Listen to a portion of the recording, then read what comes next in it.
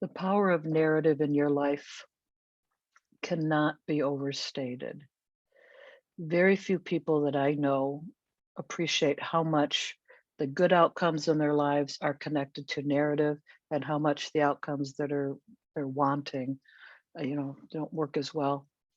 How much those are about narratives that aren't working for you. The bad news is most people don't understand the power of a narrative. The good news is once you understand that, it's relatively easy to make some narrative shifts, and making the narrative shifts set you up for like a better life. I think we all are made for more. I think we all yearn for more, and that's gets turned into just consumerism. But that's not really the heart of human living. And the heart of our wanting more is fine. We would like more quality interactions in our marriages. We would like to have closer situation with our children. We'd like to have more health. We'd like to have wealth that could be used for the things in the world that we would like to have changed. None of these things, there's nothing wrong with any of those things, wanting more. And I personally think we're made for more. And I think what keeps us from getting more is that we don't know how to do narrative shifting. I'm Dr. Julie Helmrich. I'm a psychologist here in Milwaukee, Wisconsin. I've been working at narrative shifting um, with a lot of people. I should count up how many thousands it is by now, for over 40 years. And I've worked in traditional psychotherapy kind of situations like inpatient, outpatient, private practice.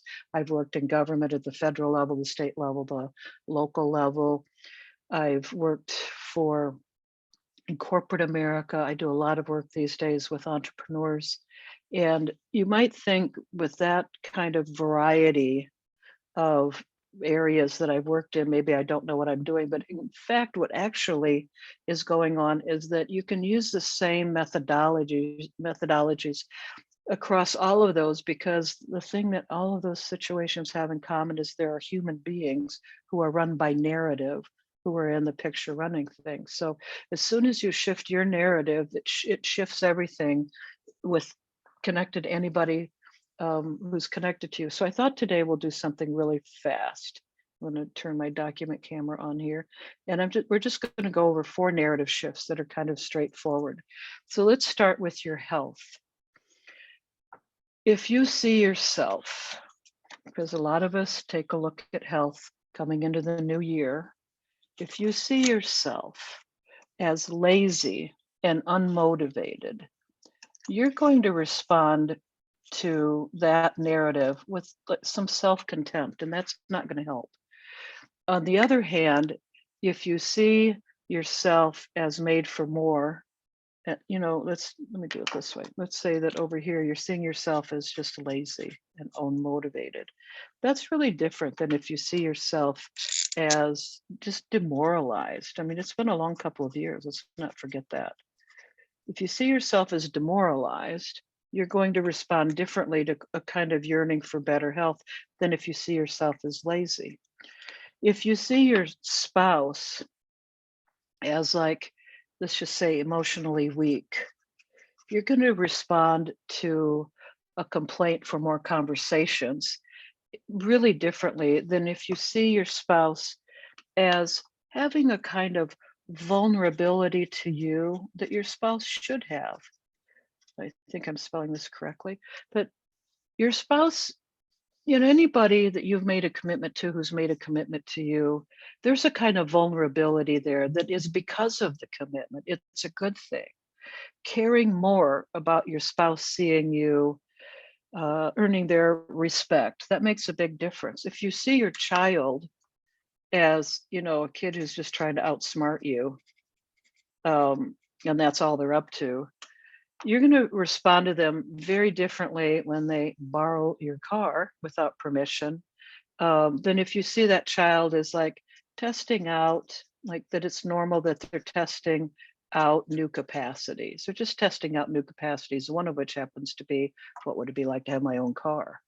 If in the marketplace, if you see your team as they're just, and you can throw this in customers and clients, they're just, they're out for more with the least amount of I want more for me, with the least amount of uh, input. Or, I just want something for nothing, basically. If you see your team and your customers and clients that way, you're going to respond to them very differently than if the narrative in your head is that they, like you, are interested in a meaningful life and they are interested in engage that's as meaningful. You can't see it all. A meaningful life. I'll just say, like in the marketplace, right?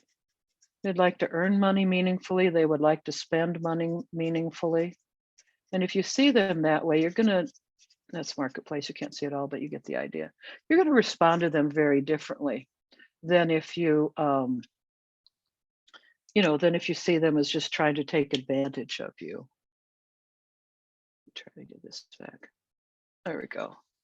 Okay, so that's what we're going to do in the master class over the next few weeks. And what I'd like you to do is hit reply and put in here anything you'd like me to touch on over the next few weeks. I'm happy to do that, work it in if I can.